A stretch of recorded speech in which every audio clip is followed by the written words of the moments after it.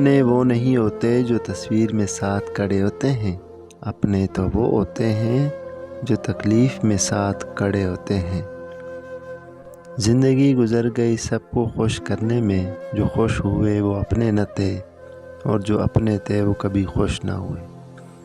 انسان کو بلاتا تو کچھ بھی نہیں، مگر بہت بار یہ ظاہر ضرور کرنا پڑتا ہے کہ اسے کچھ بھی یاد نہیں۔ بہت ڈر لگتا ہے مجھے ان لوگوں سے جو باتوں میں مٹاس اور دل میں زہر رکھتے ہیں۔ اگر کسی شخص کو خود میں کوئی عیب نظر نہ آئے تو سمجھ لیے کہ اس کی جہالت اپنی انتہا سے بھی آگے نکل چکی ہے۔ انسان کی تربیت کا فرق ہوتا ہے، ورنہ جو سن سکتا ہے وہ سنا بھی سکتا ہے۔ الفاظ چابیوں کی مانند ہے، ان کا صحیح استعمال کر کے لوگوں کے منہ بند یا دل کھولے جا سکتے ہیں۔ لوگ بدلتے نہیں، بس بے نقاب ہوتے ہیں، اور جب یہ ایک بار ان کی شخصیت کا حقیقی رنگ نظر آ جائے تو کوشش کریں کہ اسے دوبارہ رنگنے کے بجائے کنارہ کر لیں۔ پتہ نہیں یہ برائی کیوں اتنی وزن دار ہوتی ہے، لاکھ اچھائیوں پر غلبہ پا جاتی ہے۔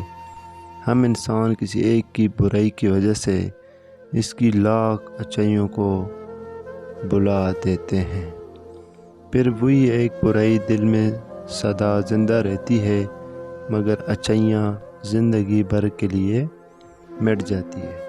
زندگی کے جس مقام پر ہو اسے تسلیم کر لو، اور یہ بھی تسلیم کر لو کہ یہاں تم ہمیشہ نہیں رہو گے۔ زندگی صدیوں، سالوں، مہینوں یا دنوں میں نہیں بدلتی، زندگی اسی لمحے بدل جاتی ہے جس میں آپ زندگی بدلنے کا فیصلہ کرتے ہیں۔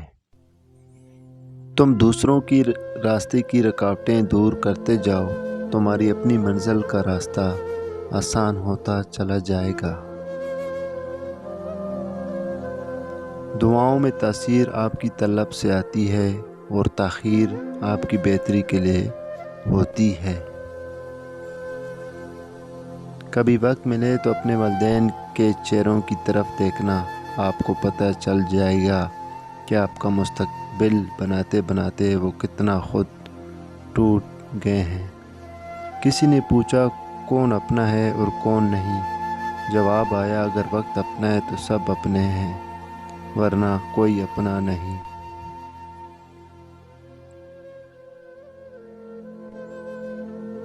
زندگی کی سب سے اچھی اجرت گناہوں سے نیکیوں کی طرف آنا ہے، تو راضی کر لو اپنے اللہ کو جس کی طرف لوٹ کر جانا ہے۔